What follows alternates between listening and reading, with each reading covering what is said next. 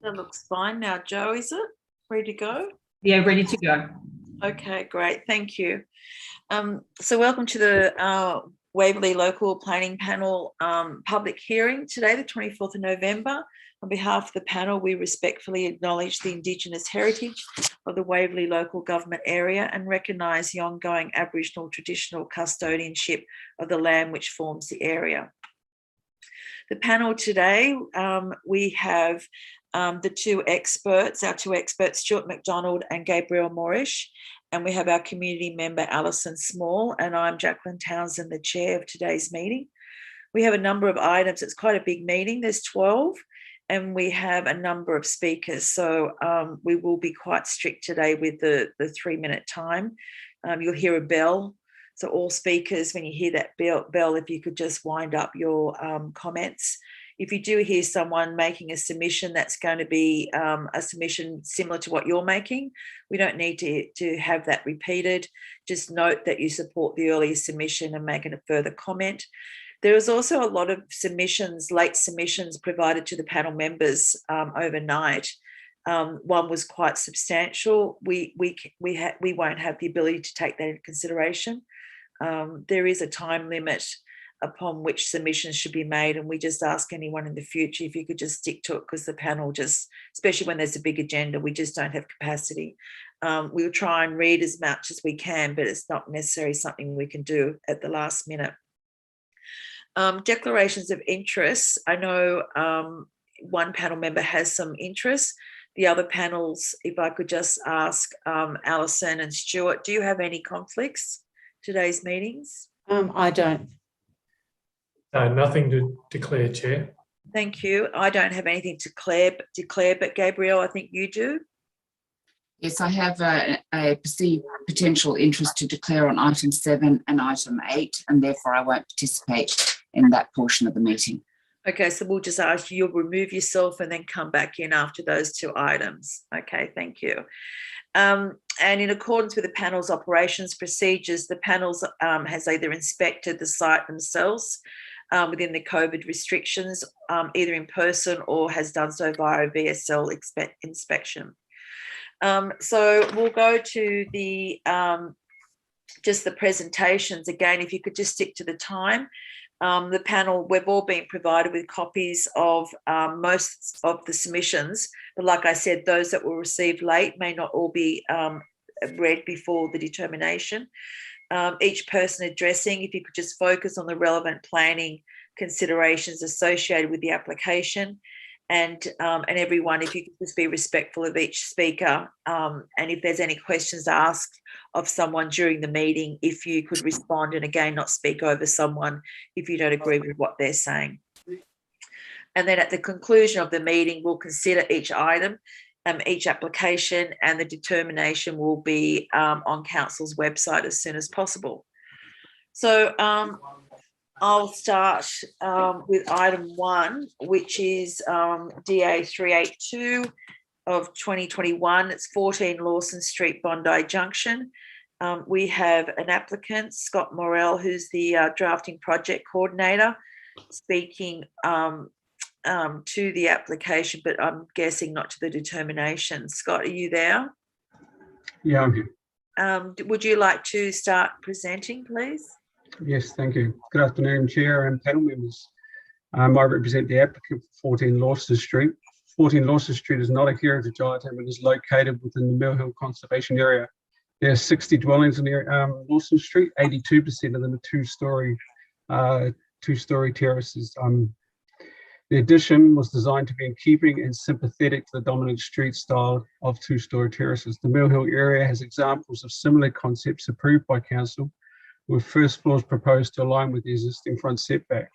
DA 446 2017 at 107 Denison Street granted approval for the demolition of an existing terrace to allow a new contemporary style two-story terrace. DA 328 2013 at 47 Lawson Street and DA 753 2010 at 35 Lawson Street were granted approval for first floor additions built to the front building line. The report raised concerns with the design and how it relates to the street, suggesting perceived negative impacts to the Mill Hill Conservation Area. The Mill Hill area is dominated by two-storey terraces. The report notes that the retention of the existing roof is a primary concern in relation to the streetscape. However, 14 Lawson Street is not rare in design in the Mill Hill area. The retention of the roof form is not of crucial importance in terms of heritage significance, as there are more examples of style in this area. The design is to resemble a two-storey terrace, and the author's opinion references the neighbouring home at 16 Lawson Street as a good example. We would have considered amendments to the design to resemble 16 Lawson Street if given the opportunity. The report notes that the gabled roof and balustrading is not characteristic. Amendments to these would have been submitted if given the opportunity. A two-storey terrace like the design would not cause any detrimental impact to the streetscape, as the street is dominated by the style of dwelling. Council's heritage comments are focused on maintaining the existing roof form. However, to reiterate, 14 Lawson Street is one example of many similar terraces in the Mill Hill area. The report states that the front setback is unacceptable. However, the DCP control allows the front setback to be in line with the consistent predominant building line in the area, which the design achieves. The objectives are to ensure the design respects bulk and scale in relation to the street. With an abundance of two-storey terraces, all of similar setbacks, the proposed addition is appropriate. DA 753, 2010, 35 Lawson Street granted approval for a similar design. The report noted, with regard to context of the site and front setbacks in the locality, the form is supported. DA 328, 2013, at 47 Lawson Street granted approval for a similar design. And to paraphrase, it said it was considered that the works would not result in unacceptable impacts to the conservation area. Council has approved similar additions, and this provides precedence in terms of front setback in the area. The FSR breach is addressed by variation. The excess floor area is within the existing building footprint, while not exceeding the overall height. This is a key objective of FSR, the correlation between height and density. The design is similar in bulk and scale to other two-storey terraces in the area, and the additional floor area to the front section is mirrored, as this area is within the front setback control. The design is also in keeping with the character of the street. Lawson Street has a consistent front setback similar to the design proposed, so floor area to the front would not look out of context in the street and blend with the character. In terms of wall height, overall height is fully compliant and is of similar scale to the neighbour. The wall height is fully compliant on the north side. On the south side, as is a direct result of the site topography, has a 60 centimetre minor non-compliance, which is unavoidable. The objectives, however, observed with no view loss or overshadowing. The design has no impact on these. The existing building is one example of a single-storey fronting terrace. A number remain, so concerns for the retention of the existing roof form being paramount to heritage significance in the area is unfounded. A front setback control and objectives are satisfying, allowing the design to be consistent with the street and prevailing building line. The FSR non-compliance will have no detrimental impact to the street. Time is up. And it resemble many of the other two-storey areas in the area. Thank you. Thank you for your time. Thank you for coming. Any questions of Scott, panel? None? No. No questions. Okay, great. Thank you very much. Thanks for coming along. We'll consider that. Thank you. The next item is DA 249, 2021, which is 3 View Street, Queen's Park. The number of submissions were received, and we've got speakers. Objector is Nick Zagonis, Evelyn Kypriotis, and who's available for any questions. So, Nick, do you want to start? Are you Yes, here? I do. Hi, Yeah. I live in. There you are. How are you? Good, thank you. Just have a sip of my tea. I get nervous when I speak to people. Well done. I live at 13 Arnold Street, Queen's Park, and have lived in this part of the street for 20 odd years. I used to live in 24, and it's a great street. The concerns I have obviously are, the positioning of the pool and the cabana / granny flat. I don't know what it is, and the possibilities of the consequences of possible flooding in the area, because we live below and it's always an issue. The other concerns I have is, I was really confused, and I know there's different, I'm in the building game, and I know there's different types of, how can I say, DAs that go through different parts of Queen's Park. But, I know in my street now, there's a Yenda Avenue type conservation, and number 20 Arnold Street, for instance, can't even build more than 38 square metres And it was said in the report of the council back then when we looked at it, because we were hoping to buy it, that it said bad examples of building were number 22 and number 24 Arnold Street, because they destroyed the whole area's natural and heritage position. And this pool and cabana, when you drive down the street, is, oh my God, it becomes like a temple. And it's literally in my front yard. And it really, I've got to admit, I'm really like, look, I'm disappointed, but I understand the council has different, rules in different parts of Queen's Park.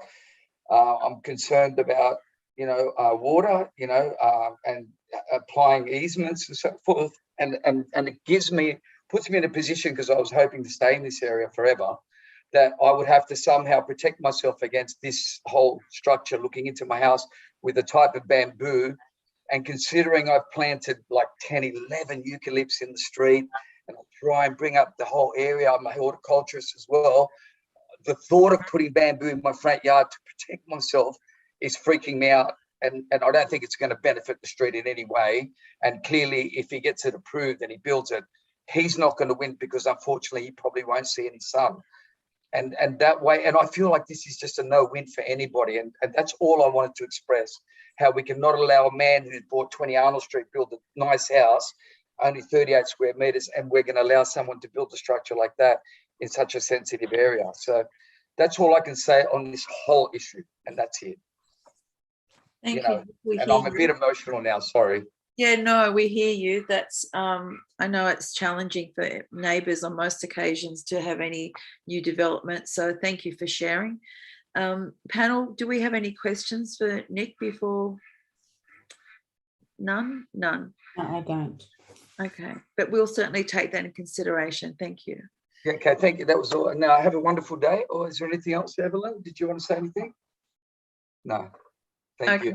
Great. Thank you very much. The applicant, we have Kerry Nash, who's the planner, speaking on behalf of the applicant. Is Kerry there? Yes, I am. Can you hear me? When you're ready. Okay. Thank you. Firstly, I know you've had the opportunity to have a look at the site individually, and I think it's quite an unusual site with considerable constraints, given the fall of about 18 metres and a cliff bisecting the site 12 metres from the View Street frontage. The assessment report addresses the key issues before you, which is the clause 4.6 with 900 millimetre non-compliance with the building height standard. The report agrees that the 4.6 is well founded. It addresses 4.6, 3 and 4, and you will see from the 4.6 that it addresses in detail all of the objectives of the building height standard in respect to view impacts, amenity impacts, and the other relevant objectives.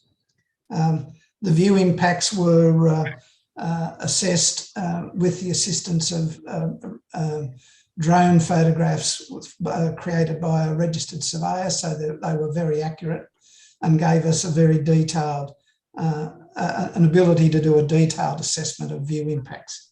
But it's important to note that the View Street frontage, the building is well under the 8.5 metre height limit at the frontage, and the non-compliant element of the building height does not have any impact on overshadowing or on view loss. The condition 2A and B in the recommendation are accepted by the applicant, and in terms of the issues raised in the 5 submissions are addressed in detail in the assessment report. Can I just say, in terms of the matter raised about the stormwater and the pool location, the assessment report addresses the stormwater issues, and council accepted the revised stormwater plans that were submitted in October. 2021, and the report acknowledges that there's no stormwater issues, and there is sufficient physical separation between the location of the pool and 13 and 24 Arnold Street and 1 View Street. All of those issues were addressed in both the statement of environmental effects and in the assessment report. So I endorse the recommendation for approval and our acceptance of the minor changes in 2A and B. Thank you. Do we have any questions for Kerry? Panel? I Yeah. don't. Thank you, Stuart. Thanks, Chair. Mr. Nash, the speaker from the Arnold Street property was concerned about the proximity and the potential for overlooking, I think, from the pool house, the swimming pool and the deck, or that part of the site. What are you able to tell the panel the separation from that grouping to the rear boundary, or what is the rear boundary of this site and the side boundary of the Arnold Street properties? The rear, I haven't got the exact figure, but firstly, the first question was, there's no opportunity for overlooking from the pool house to 13 Arnold Street. Right.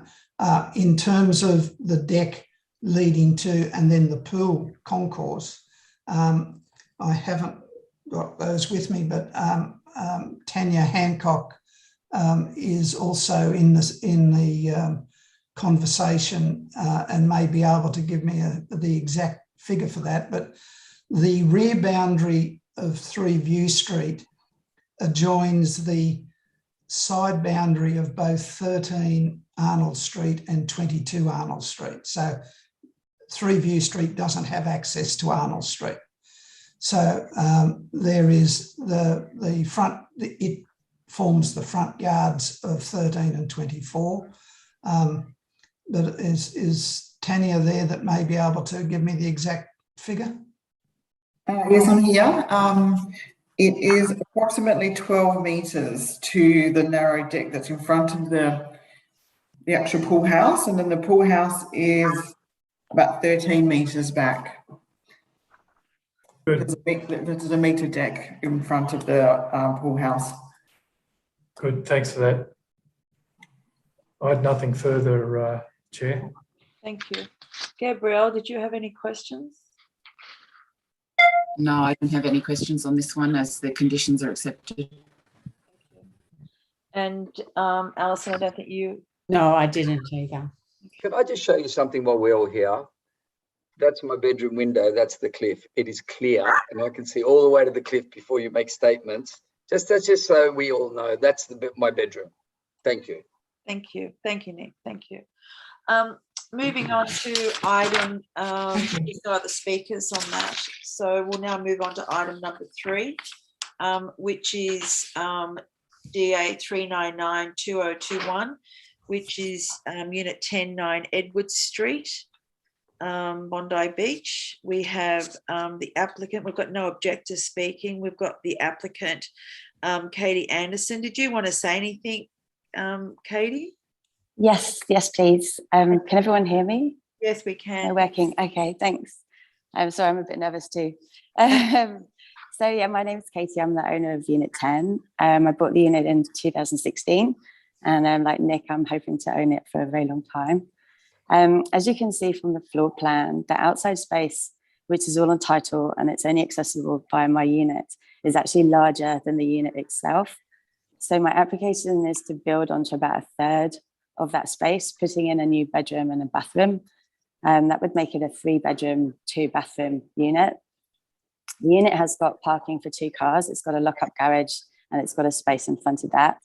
I understand that when you're looking at these developments, you want to make sure there's enough site parking so it wouldn't spill onto the street. So I think it satisfies that. You'll also see on our original plan that it's changed from the one we submitted for the pre-DA, and that was to make sure that any view from the unit block opposite is not compromised. you'll see in the streetscape that one of the photos is taken from the apartment block opposite, Yeah. and the actual in one of the I apartments. just want to see if he's there. Sorry, I think And someone's got, sorry, Katie. There's, can someone mute, or everyone mute, please? Thank you. Go on, Katie. yeah, so I'll just when you look at the streetscape, there's one of the photos is taken from a unit opposite the from the apartment block opposite, which shows that there's very little or no impact on the view from that property. We've also had a shadow report which showed no impact, and I understand there have not been any objections from that building or anyone else. It's difficult to explain just how little impact the extension has on the surrounds. You can't actually see it from 3 sides of the property from the block. And I'm asking the panel that if they would like to do a site visit, to please do so they can see for themselves. I appreciate that the block is FSR non-compliant, but it was built in the 1960s and the regulations have changed since then. I don't believe it was non-compliant at that time. We've submitted examples of other DAs that have been approved in the same area. I think the variation 4.6, where their buildings are also non-compliant. And we ask that the same approach be taken for this DA. Would be happy to also consider any amendments that the panel might have to the plan, if that would be something that the panel would prefer. And I think the last point I had was just on in terms of the height, we're actually building to a slightly lower height than the current roof space. So that was just to address the height issue. Thank you, everybody, for your time. That's all I had. Thank you. I believe you've also got Kim Samuel. Is Kim going to speak? Yes, that's right. I'm the town planner for the application. Is that okay if I speak for 3 minutes? So you're Kim, yep. You're here for questions, are you? I'm the town planner for the application, so I wanted to speak against the recommendation and for the project. Am I allowed to also speak? You can, but your speaker headphone's not working very well, and you're not coming through very clearly. So I don't know if you can fix it quickly or not. Yeah, let me try. Just hold on. It's coming through a little bit muffled. Oh, I might. Is that better? Yeah, that's a little bit clearer. Yes. Yeah. All right. I've taken my speaker headphone off. So, thank you. I suppose on the town planning issues, council's given 3 reasons that they're recommending the application be refused. The FSR non-compliance, the height non-compliance, and potential view loss. So on that FSR, we're only proposing to add approximately 50 square metres to a building that is already over the floor space, well over the floor space. And really that is reducing that private terrace from 140 square metres, which is a very large area, to 80 square metres, and turning that large terrace into usable floor space. And that is entirely consistent with the council's local housing strategy, which has identified limited opportunities to deliver new and diverse housing in the Waverley LGA, because it's already very much developed. And there really is a strong demand for 3-bedroom units, and that's identified in the underlying data for the local housing strategy. And to Katie's point on the height exceedance, the existing building exceeds the height by 2 metres, and we're only proposing for the portion that we're extending 1.11 metre extension of the height limit. So that's only 8.88% variation to the height control. And on the view analysis, we did a detailed view analysis against the tenacity principles, really looking at all the surrounding developments, taking photographs that were available, publicly available, and assessing that potential view loss. And we found that the proposal will not result in any adverse view loss impact. And as Katie said, we did actually redesign it from the pre-DA to pull it back from that western boundary to retain any potential view corridor. So we really have put a lot of thought into that. And council's assessment report says a view analysis is not considered necessary because the development exceeds the floor space ratio. And to be honest, the purpose of clause 4.6 is to allow flexibility in the planning system where it can be demonstrated that there are sufficient environmental planning grounds to justify the departure and that there will be no adverse impact. And we've really, really demonstrated no adverse impact, no shadow impact, no view impacts, no objections from anybody. And on the basis of the reasonable environmental planning grounds, we're entirely consistent with the local housing strategy. We're taking an opportunity to utilize underutilized space to deliver additional high quality residential accommodation. And the proposal will actually improve the development's compliance with the apartment design guide. You're going to get better solar access, you're going to get better amenity. It's still going to have a private open space area that exceeds the minimum requirement. We're meeting the car parking requirements. So there really is a number of logical planning reasons to support this proposal.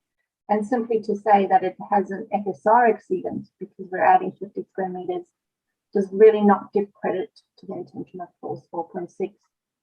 So we really would like to the panel consider this recommendation and offer the opportunity for you to do a site visit if you'd like to.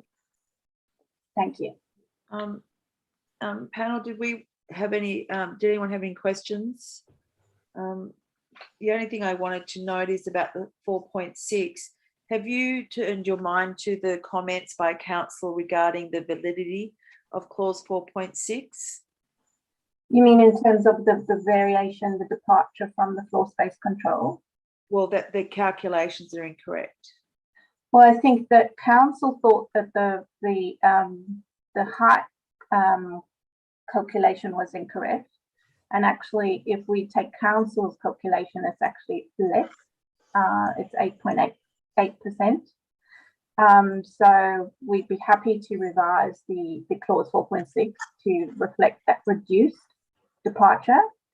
I don't believe there was an issue with the floor space clause 4.6. It's a height because the fact that the 4.6 isn't valid is the initial hurdle we can't get over to even look at the other part of your application. I don't think that the clause 4.6 could be declared invalid because we were actually posing our percentage calculation was slightly higher than council. So we're actually seeking a departure that's even lower than we initially estimated. Okay. Any other questions, panel? None? I don't. Okay. None from me.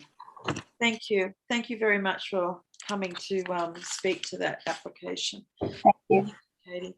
The next item number is 4, which is DA 104/2021, which is 51 Ebley Street, Bondi Junction. We have a registered speaker objecting, Lisa Hayes. Lisa, are you there? Hello, yes, I'm here. Thank you. We're ready for you when you're ready. Okay, well, thank you very much for the opportunity to address the panel today. I am a resident living within 10, 15 metres of the already 2 existing boarding houses in Ebley Street.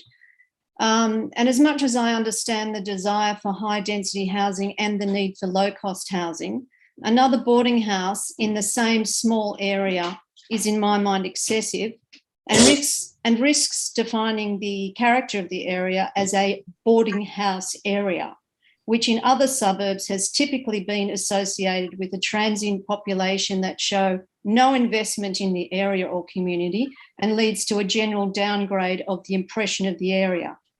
This unique combination of high density and transient tenants resolves in the typical negative outcomes already expressed in the submission by other residents and what I have actually personally experienced. Overflowing garbage on the street, inconsiderate behaviour typical of individuals disconnected from community, parking congestion and noise. Based on my previous experience also, the owners and managers of these facilities cannot be contacted or communicated with to resolve any issue with the properties, which will inevitably arise due to the close proximity of other properties, further undermining any sense of secure community. I'd just like to add, I had to live next door to a brothel for years before it was closed down by COVID because I could not resolve what was happening there with either the council or the owners of the property. As a resident who has already experienced the negative outcomes of living within 15 metres of two already existing boarding houses, I've had first-hand experience of the negative impact of this type of accommodation on the welfare of local residents and community as a result of the overwhelming negative impact of the described and reported issues in the submission. Further, it would be a shame that the recent investments in upgrading Bondi Junction would be lost on those visitors who would be left with an impression characterised by what I recently heard someone refer to as a garbage dump when referring to Bondi Junction. Thank you. Thank you very much for coming and making that submission. Panel, do we have questions for Lisa? No question. I don't have any questions. Thank you. Thank you very much for coming. Thank you. Thank you for the opportunity to be heard. The next item we have is 5, which is DA 416-2021, 25 Chesterfield Parade, Bronte. We have no submissions were received and no speakers, so we no need to hear from on that issue. The next DA is DA 16. It's item 6 on the agenda, 2021A, 45 Portland Street, Dover Heights. Can we have the objector, George Kirsch, to present his objection? Sorry to interrupt. This is one of the ones where I have a conflict, so I'll just disappear momentarily. Oh, thank you very much. We'll call you back in when we've finished this item and the next item. Thank you. Sorry, George, when you're ready to go. Thank you. Thank you for the opportunity to speak today. I live next door in 43 Portland Street and have done so for the last 17 years with my wife and son.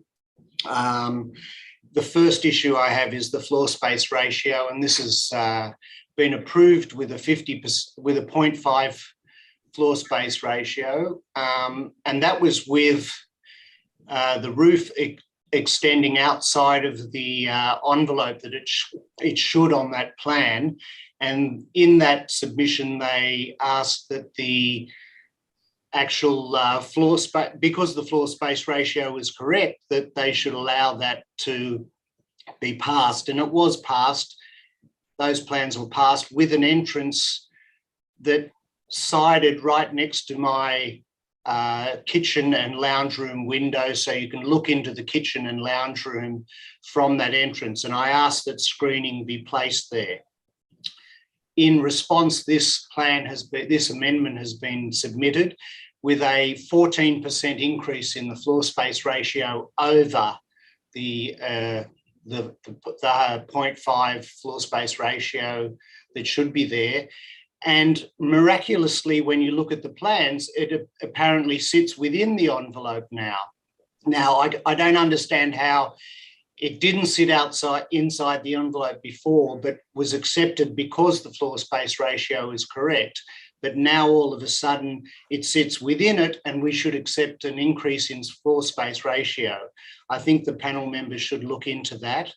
And I think that this is trying to increase the floor space ratio by stealth. All I asked was that the side entrance be covered by a fixed screening so that people could not look into our lounge and kitchen, and also to try and keep the noise out from the front entrance of the house. I'd like to make 2 other points: that the trees on the plan at the back, which bound between the 2 properties, have been damaged by the owner when he says he's not going to do anything to it. I've sent pictures of that damage to the council. And I think that in all my time of having neighbours, I've never ever had an argument with a neighbour, but every single person in the street has had an argument with this man, and he is going to be the builder. And he seems to do whatever he wants to do, whenever he wants to do. So I would ask the council to be extremely careful. In the time that he has been living there, he's been working on that house and doing things inside that house out of hours. And on several occasions, I've asked him to stop working after I've come home from work and it's dark and he's working there. within the house. And I would like to know that if any further amendment is approved, that the council is careful as to what times he can work and that he respects the neighbourhood. Thank you. Thank you. Thank you very much. Do we have any questions for George panel members? No? No. Okay, thank you. We've got the applicant's representative, Jed Long. Jed, Yes. are you? Hi. Hi. Hi. I think so. In response to George's comments, the main thing I want to get across is that our application is essentially just asking to retain existing built elements of the building. So we did have an original DA submission looking for a much more open entry point, but I think in part because of the conflict back and forth between Adelina and George, Adelina was quite keen to close that off. And so we decided to retain part of the building we originally decided to demolish. And so what we are asking for in this application is essentially to just retain existing elements and that sit on the ground floor. So there's no impact upon anyone's views beyond what's been approved. And it's just infilling part of the existing approval. Thanks.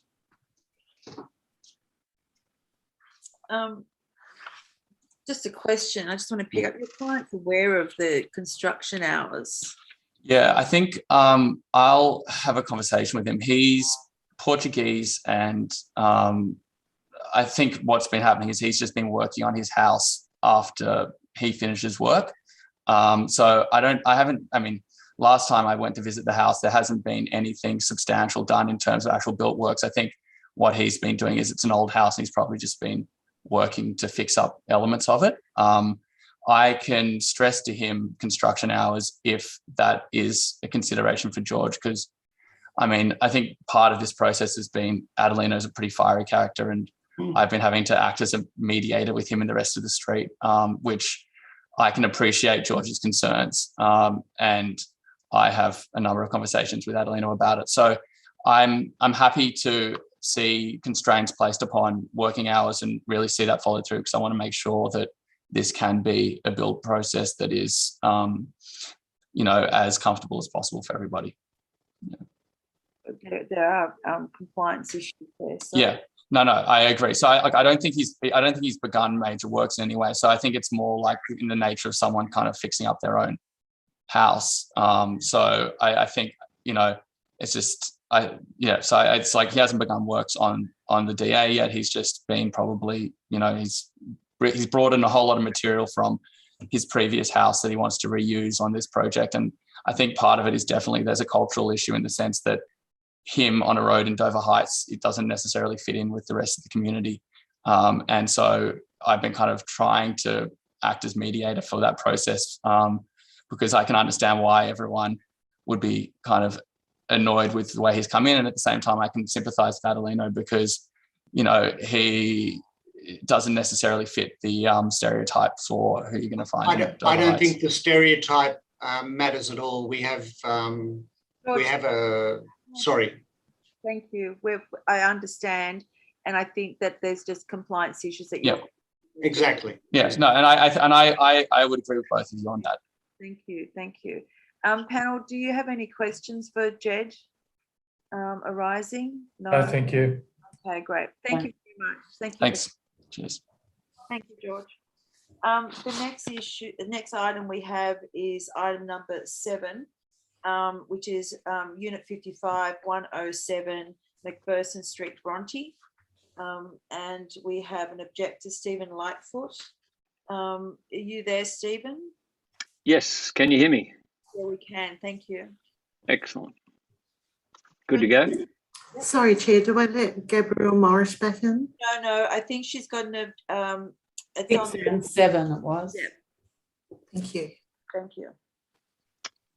Okay, thank you for your time. My name's Stephen Lightfoot and I live directly behind 107 McPherson Street in Chesterfield Parade. I and my neighbours are opposed to the proposed pergola in this DA. The pergola should not be approved in its current form because of the negative impacts it will have on our homes and our lives. But before I tell you my story about the direct impacts on my home, I want to note the inconsistencies between the council reports, both written by the same planner, on this DA and the 2019 one for a very similar terrace development at Unit 54 in the same building. The 2019 report concludes the similar proposal is not consistent with the zone objectives, would add significant visual bulk, and would be highly visible from the surrounding streets. On the basis of this advice, the WLPP at the time rejected that DA as, and I quote, "The proposal will have an adverse environmental impact in the locality as it represents an overdevelopment of the site, is excessive in terms of bulk and scale, undesirable, and has an unacceptable impact on the surrounding area." I'm struggling to understand how the same person can write such diametrically opposed reports. It just doesn't make any sense, and it corrodes my faith in the planning system. So how will this new pergola impact on my family? Well, despite what the report erroneously predicts, it will lead to a loss of our remaining midwinter sun. I have provided photos to prove this in my submission. We have lost our afternoon sun thanks to the now built pergolas at Unit 54.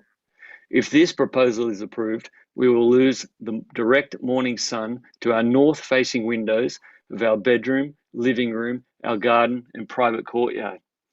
This is because the midwinter sun is so low on the horizon that it already passes behind the building's lift shaft and now behind the pergolas that have been built on Unit 54.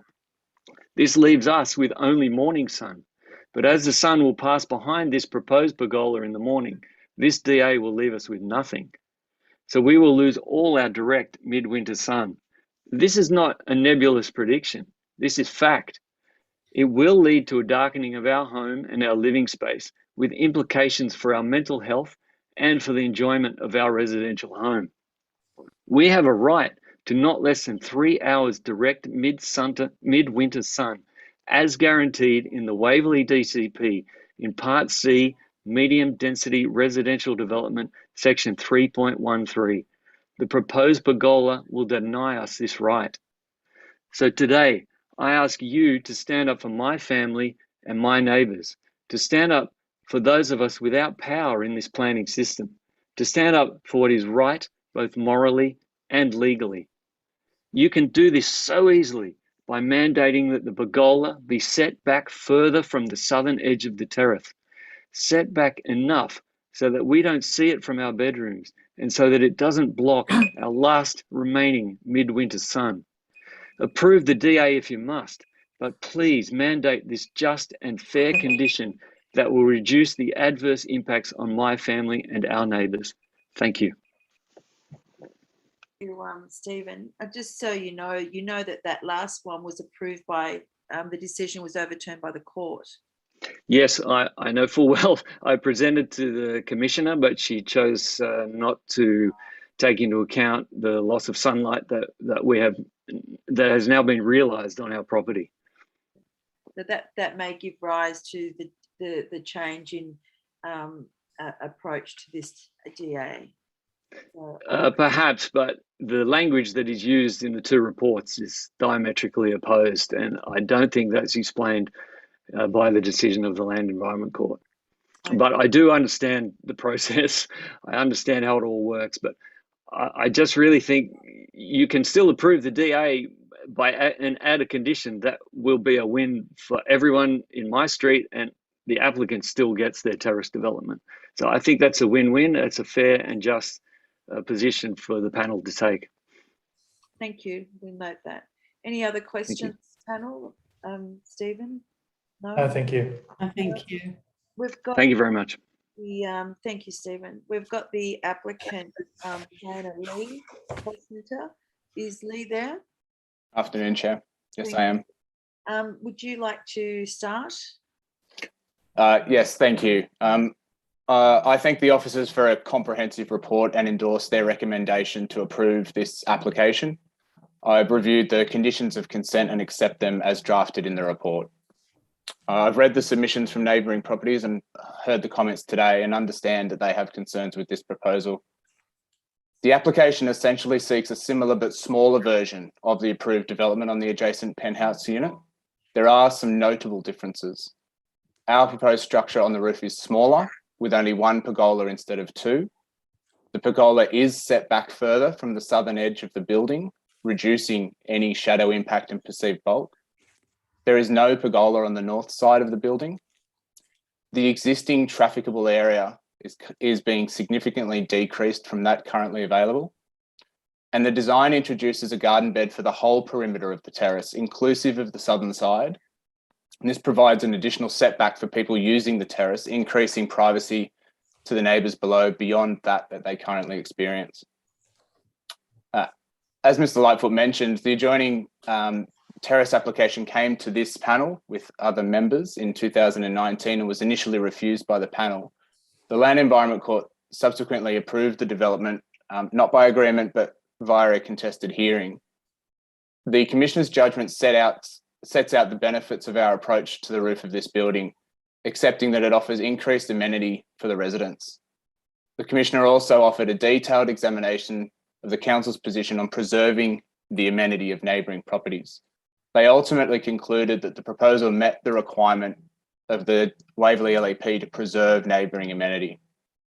On solar access, they did assess the impact and specifically found that the additional solar shadow cast from the proposed pergolas would not be considered adverse to adjoining properties. On visual and acoustic privacy, they accepted there was no impact. On visual bulk, they expressed that the pergolas and landscaping will effectively soften the hard edge and will not dominate the existing buildings, streetscape, or appear inconsistent with the desired future character. Whilst this proposal is not an exact replica of the neighbouring approval, the owners have engaged the same landscape architect, landscapers, engineers and builders as their neighbour to streamline the process and ensure some consistency in product and design. Importantly, in Council's assessment of this application, starting at the bottom of page 310 of your papers, the planners don't solely rely on this judgment to support the proposal. Their report instead provides an assessment of the impacts of this development and concludes it has merits on its own right. I'd encourage the panel to accept the planning report and approve of this application as recommended. Thank you. Thank you. Panel, are there any questions? No, I don't have any questions. No, thank you. Chair, could I just make one response to what Mr. Cosner has said, please? Because I live in my house. I know what the sun does. It doesn't matter what models or predictions you make.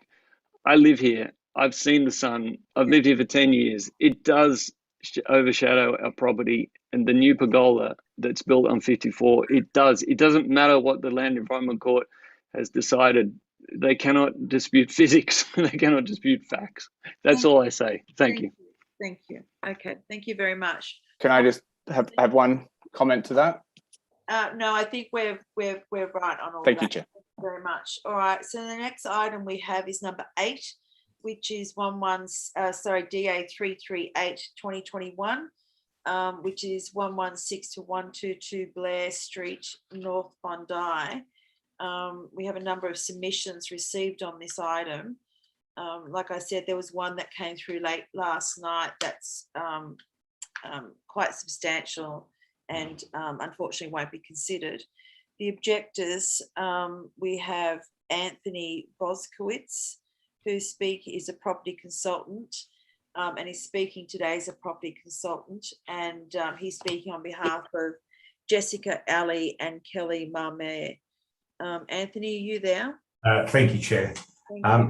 Thank you. I also speak on behalf of Ms. Sarah Boss, the owner of 49 Wairara Road. Just quickly, I just want to confirm that my submission's not that late submission. I issued a piece of late correspondence on Monday at about 2 p.m. So well in advance of the cutoff time. That was 3 p.m. on Monday. There was one that came through yesterday, was about 15 or 20 pages. No. Mine's an email about 15 points to 3 pages. So fortunately that you're not talking about my submission there. No.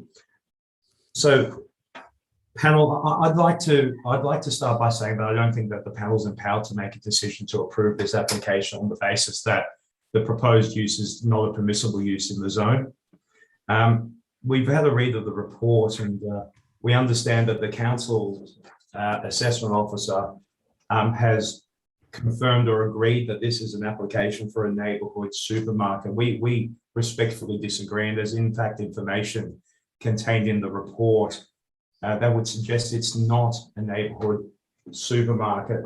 The definition of neighbourhood supermarket is reasonably clear. That means a premises, the principal purpose of which is the sale of groceries and foodstuffs. Now, the report in and of itself confirms that this is going to be a supermarket where people come and collect groceries, or in fact is a milk run where deliveries are to occur. And in fact, the page, I'm not sure if you've got the page numbering at the bottom of your reports. I'm using the page numbering on the PDF online, but at the bottom of on page 61, 361 and 1.2.3, it in fact says, with respect to a general amenity, that as customers are unable to browse in the shop, by virtue of the fact that they're unable to browse in the shop, one would take from that clearly that there's no sale of goods in the shop.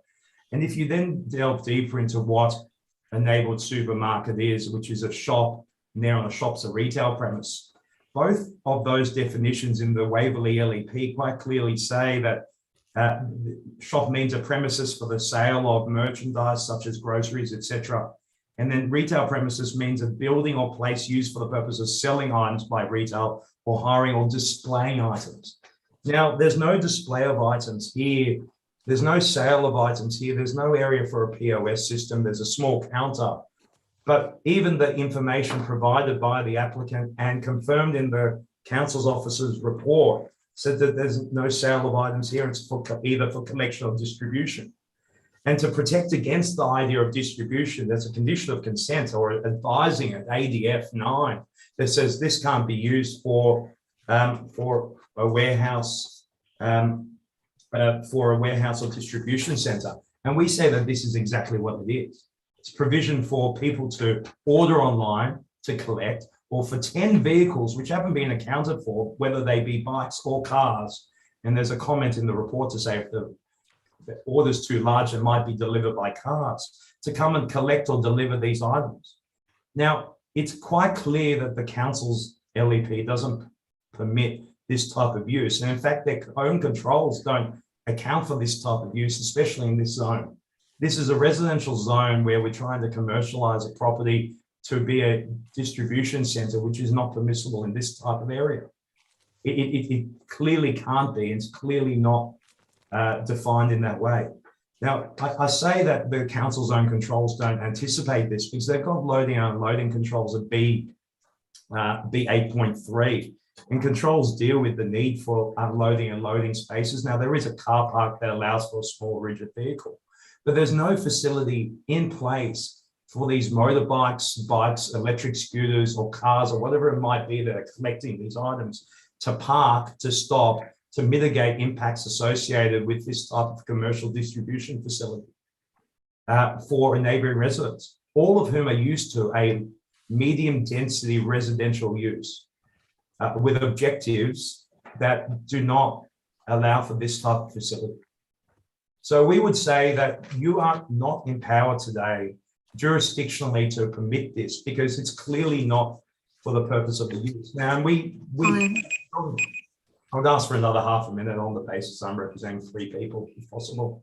If you just be quick. I will. I just draw your attention to the council's report of 359 at the bottom, where the council tries to substantiate their position with respect to the neighbourhood supermarket by saying it's not unusual for supermarkets to provide a click and collect or delivery service. Well, that's not the case because that's not how it's defined. If they use it for that purpose, then that's something different.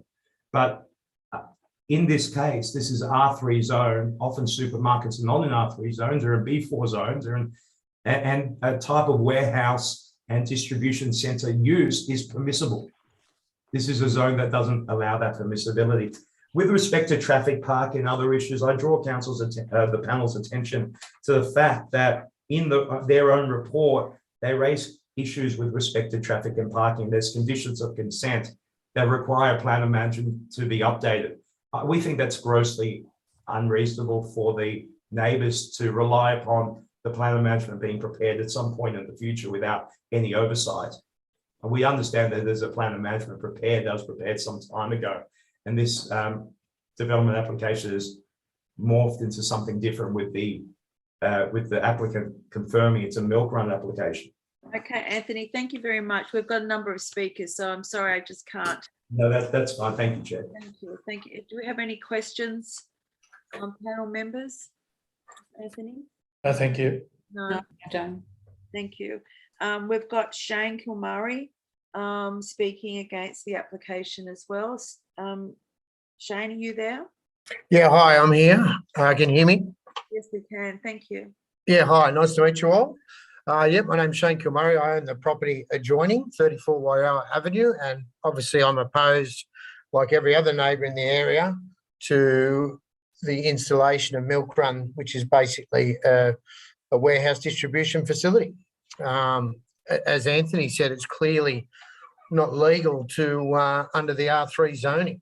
So, firstly, is the panel aware that Milk Run have already moved in? I wanted to know that. Are you aware of that? Everything's been installed. There's actually food in the fridges. Trucks have already been photographed stopping in the middle of Blair Street illegally and unloading and delivering goods. So this is before that's even been approved. Imagine what it's going to be like if it was to be approved. It's frightening. And it also clearly shows that the owner of the property has no respect for this panel and the authority that you guys have. So yeah, I mean, correct me if I'm wrong, a neighbourhood shop is allowed to be 80 square metres and a supermarket is allowed to be 1,000 square metres. If this were to go ahead in R3 zoning, that would open the door for anyone to buy 3 houses in a line and install a supermarket in any neighbourhood. I mean, that's just completely wrong. You know, after talking to the property owner the other week and learning of his intention to install a Milk Run, which I had nothing, no idea about, I went and observed the one in Burke Street for about an hour and a half. And everything that he told me that's going to happen is proved to be wrong in that hour and a half that I watched. He said there'd only be 5 riders at a time. There was 15 bikes parked there at Burke Street. He said no refrigerated trucks will be delivering. I've never been in the food industry, but I'm pretty sure it would be illegal to deliver meat and dairy products in a non-refrigerated truck. All bikes will be located in the garage. There was bikes left on the footpath constantly at Burke Street. All the staff on the premise, will be inside the premises until leaving with an order. Well, there was people in their Milk Run white t-shirts hanging around all over the place. They're sitting there smoking, talking on their phones, vaping outside the property and sitting on the neighbouring front steps. I mean, this is not what we need in North Bondi, and zoning is there to protect us from that, He's saying in the old hairdresser's entry that you'll be able to enter and buy goods. Well, in every other Milk Run store, that is not possible. So I believe this is just another time where the owner is, trying to deceive not only you guys, but the rest of us, that's going to happen, because Milk Run have no intention of allowing people into the store to buy goods. So, yeah, I just think all these actions so far have shown a complete disrespect for the rest of the community and the panel. And that's probably all I really need to touch on. Also, the operating hours proposed at 9:30 on a Sunday night in a residential neighbourhood. It's just unacceptable, I think. Most kids go to bed at 9 o'clock. All right, that's pretty much all I have to say, other than reiterate everything that Anthony said before me, I believe is true and agree with. Thanks, Shane. And thank you for your time. Thank you for coming along and giving us your submission. Panel members, are there any questions of Shane? No. No, I don't. Okay, thank you. Okay, thank you very much. We've now got speaker by David Waghorn for speaking on behalf of the applicant. David? Good afternoon, Chair. Can you hear me? Yes, I can. Thank you. Thank you, Chair. Chair, we have looked at the recommendation. We agree with the council staff report and we agree with the conditions of consent. But we do acknowledge some of the objectors' submissions that have just been made to you. We haven't had the benefit of reading any late correspondence, unfortunately, but I'm assuming it's all along the same issues that have been well covered in the assessment report. And we agree with the assessment in that regard. Just to be very clear that this is a milk run premises which began operation in about 2021, at the start of 2021. And, you know, it is a response to a COVID-19. It might not be strictly in accordance with any of the definitions, but that's because the definitions were drafted in 2012. The world has changed significantly since that time. And we say that the milk run is a product of those changes. There's been some accusations that council cannot grant consent. That is completely false. Council is able to grant consent to this application. And to be perfectly honest, the applicant's milk run could operate under the existing consent, the 269 of 2020, which was granted to a neighbourhood shop. It's just simply that they would prefer to operate under a bigger premises, which incorporates the hairdresser that is to the east. And hence, that is why we have put in this application to provide a bigger shop for the applicant's milk run to operate. The issues in relation to the sale and delivery, well, a neighbourhood shop or neighbourhood supermarket do not specifically require that you have to attend the premises. But in saying that, the plan of management clearly details that they will allow people to attend the premises in addition to delivery. In terms of the bike storage, well, we agree with the conditions of consent that the bikes will be stored on site. There are indents in the building or in the garage that will allow for bikes to be stored on site and not on the footpath to interrupt pedestrians. We agree with this condition. And finally, in relation to the size of the premises, well, it is, and it always has been, a commercial premises. It was built that way. Whilst a neighbourhood supermarket does allow premises up to 1,000 square metres, the site constraints won't allow it. This is providing a service for the surrounding residents. It gives, in my opinion, better effect to the objectives of the zone, as it does provide for the day-to-day needs of surrounding residents. We obviously commend the report to the panel and agree with the recommendations and like to thank council staff. And here to answer any questions.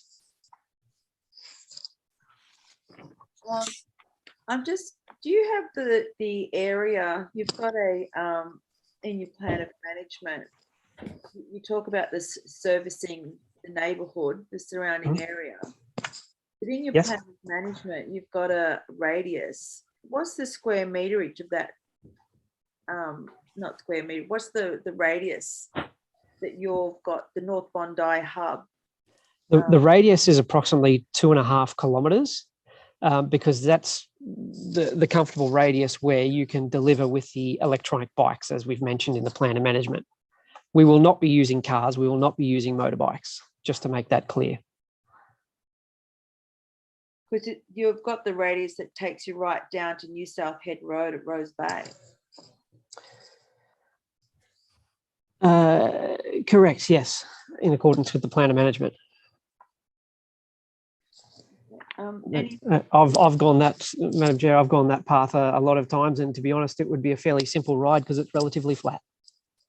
Yeah, I'm just concerned about the neighbourhood point, servicing the neighbourhood.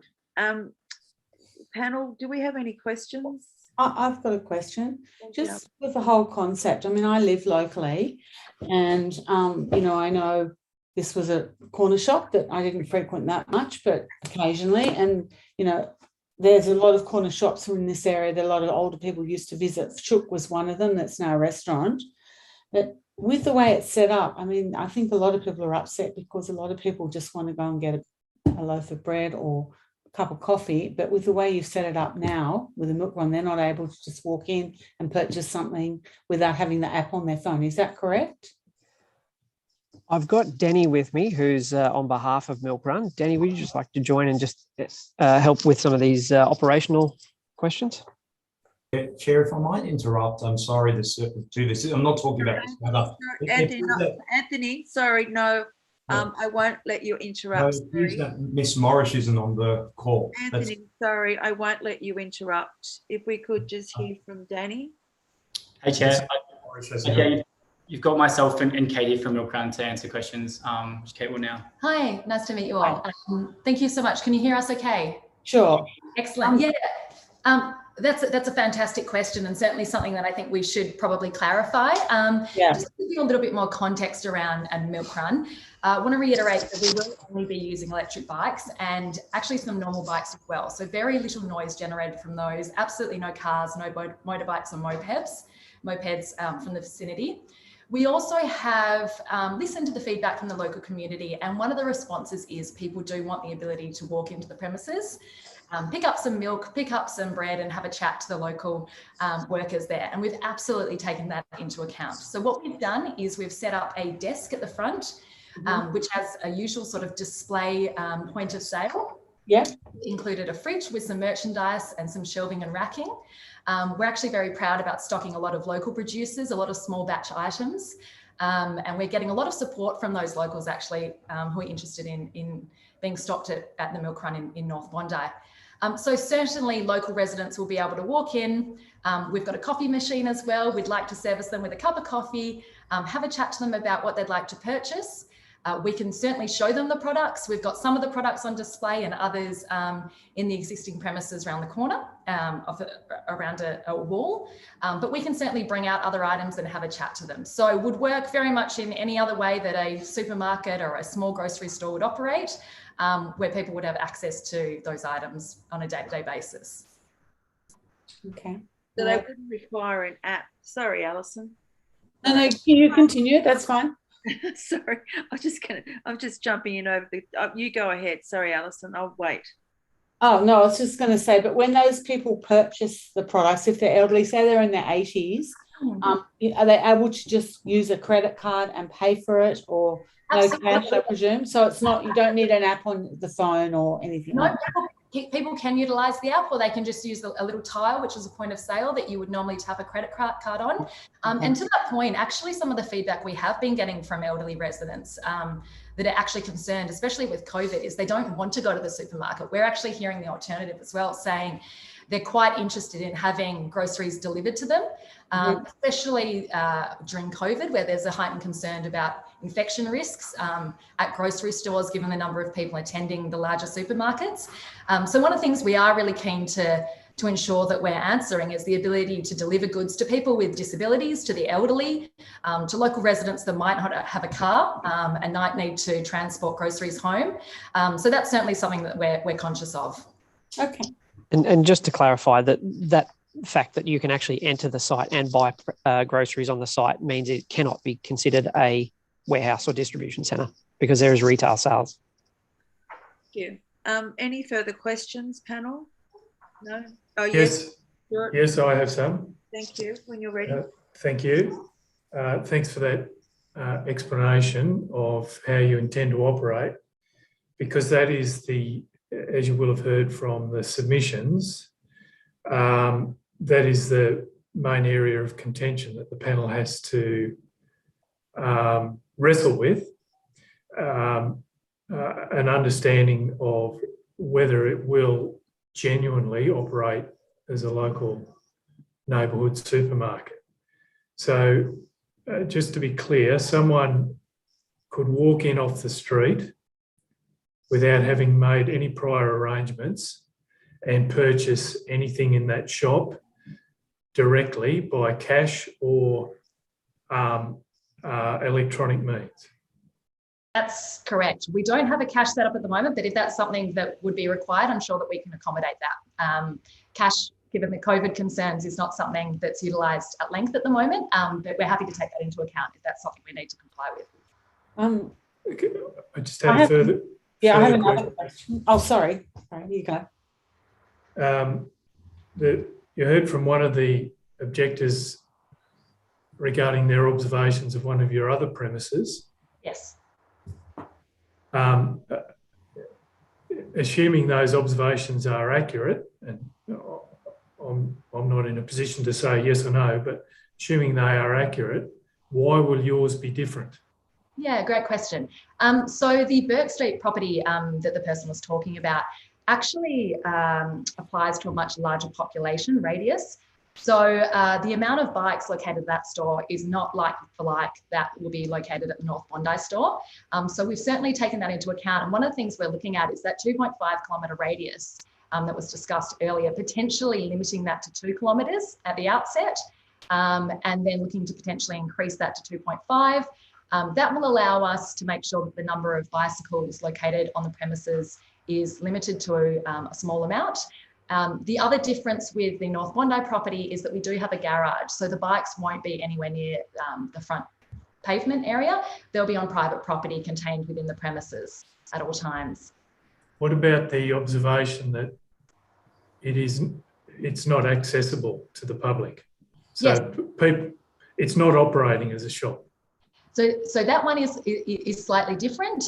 Each of our premises has different requirements from the local community. The Burke Street premises, we have a very much a contingent of local personnel who like the delivery option. We haven't had the same concerns in other locations that we operate. So in order to take into account the concerns that the local North Bondi community has, we have adjusted the plan of the way that we operate our business to take into account the activity of people being able to walk into the premises and buy things in a traditional shop sense. And Stuart, this is all detailed in the plan of management. So it is going to be secured in the conditions of consent. Okay, good. Thanks for that information. I have another question. Deliveries with the trucks for your stocking. In the plan of management, on construction sites, it's limited often that you can only have delivery trucks at certain times. Yes. I feel that's another issue that people are upset about big trucks coming and stocking your shelves. Sure. They limit it to a certain time on a certain, few days that everyone is aware. I think that would be good for the community. Sure. We're certainly not proposing that trucks, we don't want large trucks. I myself am a North Bondi local community member. I live in North Bondi. I don't think anyone wants large trucks in that vicinity. All we're proposing is that a convenience store that has serviced the local neighbourhood has been there for quite some years. It would be potentially less trucks that have been there in the past, given the local batch produce that we actually utilise. So the dairy, shook, some local sort of existing restaurants we will be stocking. And as a result of those, they are very small batch local premium products. We're not proposing to be the next Woolworths. That is not, the way that we'd like to proceed in terms of larger trucks or volume of stock. We have about 1,000 SKUs, which is significantly less than what you'd see at a supermarket. So we're actually aiming for a more streamlined produce inventory range to cater for what the local community actually wants. And just to add to that, condition 37, it stipulates that only small rigid vehicles, so effectively just vans, can deliver to the site and only within the hours of operation, and we accept that condition. Okay. Anything further, panel? None? Sorry to come back again. Just in light of the responses to my questions, a condition encapsulating the requirement that retail sales occur in the form that we've discussed and you acknowledged, a condition confirming that, I'm assuming you wouldn't object to, given that you're saying you're going to do it. Wouldn't object at all. We're more than happy. In fact, we'd love to be part of the local community. We'd like to have the opportunity to have local members come in and have a chat to us, get to know us, give us their feedback on the range that we're stocking, come and have a coffee with us. So that's absolutely no problem at all. Thank you. Stuart, just to confirm, you can add that to condition 2. That can be part 4. Chair, I'm sorry to say, none of this is detailed in any of the documents listed online. Anthony, thank This you. is a further change of view. Anthony, if I could just ask you please not to interject, and I'll ask the panel if they have any further questions. If they don't have any further questions, then we do not need to hear further from you. Panel, do we have any further questions for any of the speakers on this item? No, I don't. No, thank you. Great, thank you. I will now move on. Thank you all for coming and presenting and answering questions. We'll now move on. Thank you, Chair. Thank you, panel. Thank you. Item number 9, which is DA 320-2021, which is 12 Norell Street, North Bondi. I'll now ask if we can bring our other expert back in, Gabrielle Morris, to return to the panel. Great, she's back. Okay, we've only got one speaker on this item today. On this item, Nicole Lennon, who's the town planner. I seem to have lost the ability to speak. Sorry. Thank you. Thank you. When you're ready. Thanks very much for having me speak today. I just wanted to speak, obviously, for the proposal, which is recommended for refusal. Just as a quick background, there was a different scheme lodged originally for this site. I wasn't involved at the time, and that scheme was withdrawn on council request. So this current application is the second attempt and has considered the issues raised previously by council. We strongly stand by the existing proposal, and we do not agree with council's conclusions around impacts on neighbouring properties and that it does not achieve the desired future character of the area. I note that there were no submissions, no neighbours are concerned about losses to their amenity, and we're not in a conservation area, and this is not a heritage item. I acknowledge that it's unlikely that I can turn around the recommendation in 3 minutes, but at the very least, we are seeking opportunity to provide amended plans. We've been somewhat disadvantaged by a concurrent application that was made for number 10 Norell Street. That application was provided opportunity to amend plans, and those were subsequently approved. Our application, as presented, is based on the original application made by number 10. So in that respect, it would be fair to allow our application a chance to consider the approved plans now in our scheme. Notwithstanding number 10's amended plans and their approval, I still stand by our existing proposal. The current proposal lifts the built form out from below street level and addresses the street. The officer's report states that the proposal is detrimental to the streetscape and infers that the current characteristic architectural features of the semi-twin are worthy of retention. We disagree strongly with this line of argument. We think that the streetscape itself demonstrates that there's an eclectic and dwellings and architectural styles within the street, predominantly shown to have car spaces at grade in front of the building lines. Our proposal is sympathetic to its twin at number 10, while directly being in keeping with the shapes and roofline pictures at number 14. So we think that we fit in, the proposal fits in as it stands. We would argue that this semi-twin is not of a style or quality to demand maintaining in full its characteristic architectural features. Notwithstanding, we step our front facade back to the intersection with the ridge and maintain some of the roof form so that we can be sympathetic to and cohesive in a sense, or the concept of being cohesive with our neighbour. As I mentioned before, there's many cars at grade, and this is not a conservation area. We believe our proposal will positively contribute to the streetscape. It's offering a facade to the street, and it will be particularly compatible with number 14 and compatible also with its twin at number 10. This is a relatively small issue, but it's raised in council's report that our front fence is too high. This could be lowered, notwithstanding other gates in the street. Note page 406 gives an example of other gates that are higher. The design response as submitted takes a dark south-facing semi and improves substantially solar access to within the dwelling. Both living and bedrooms are offered sunny internal light, and an internal courtyard is provided. this sunny courtyard could never be achieved in the rear garden, which is already compromised for light and solar access. Nicole, thank you for your time. Thank you. Panel, do we have any questions for Nicole? None? I don't. No? Great. No questions. Thank you. Can I just state that we're actually seeking that the recommendation be changed so that it could be deferred and we provide amended plans. Thank you. Thank you. We'll note that. Thank you. We'll now move on to item number 10, which is 15 Wallace Street, Waverley, DA 388 of 2021. We've got the speaker is the applicant, Christine Yates. Sorry, Christine, you're the architect, I believe, on this development. That's correct. Okay, so we're ready when you are. Okay, so apologies. I just received notification at 4 p.m. yesterday afternoon.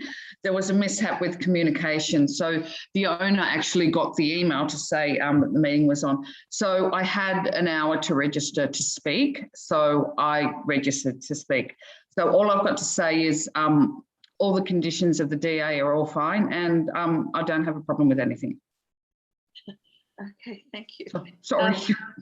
That's okay. Questions, Gabrielle? Did you want to? Did you have any questions on this item? None. None. Anyone else? No. No. Okay. No. Great. Okay. Thank you very much. Thank you. Thanks so much. You waited all that time. I know, but I just yeah. Sorry. Okay. Thank you. The decision will be out later in the week. Okay. Fantastic. Thank you. The next item, number 11, 52 Albion Street, Waverley, DA 114, 2021-1. We've got Mark Swain, the planner, speaking on behalf of the applicant. Mark, are you there? I am. Can you hear me? Yes, we can. Thank you.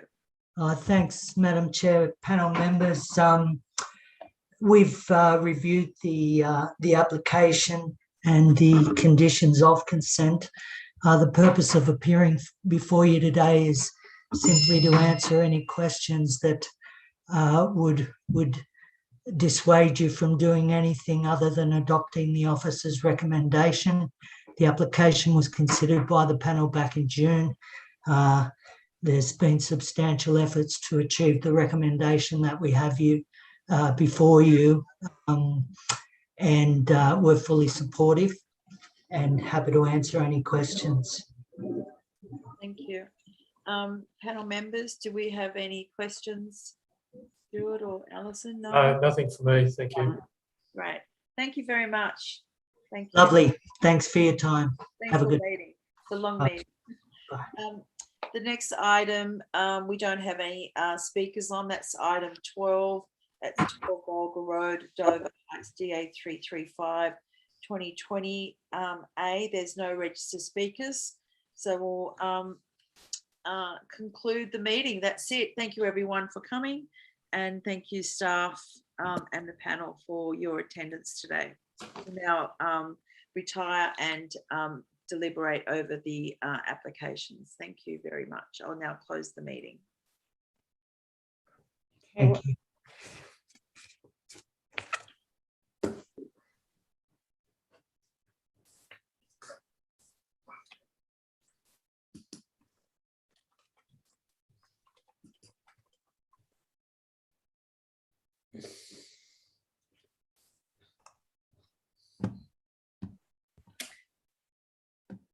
I think we're back on at Jacqueline. Are you there? Oh, sorry, I am. The other Zoom meeting we've got, I think, was at 1 o'clock. So we can all go on to that. But how long did you want to break for? And we can meet back on there. I don't mind how long does everyone want? 10, 15? Sorry, I see it's still recording, if that can be stopped. Thanks, Bridget. I've asked for the recording to be stopped. Okay.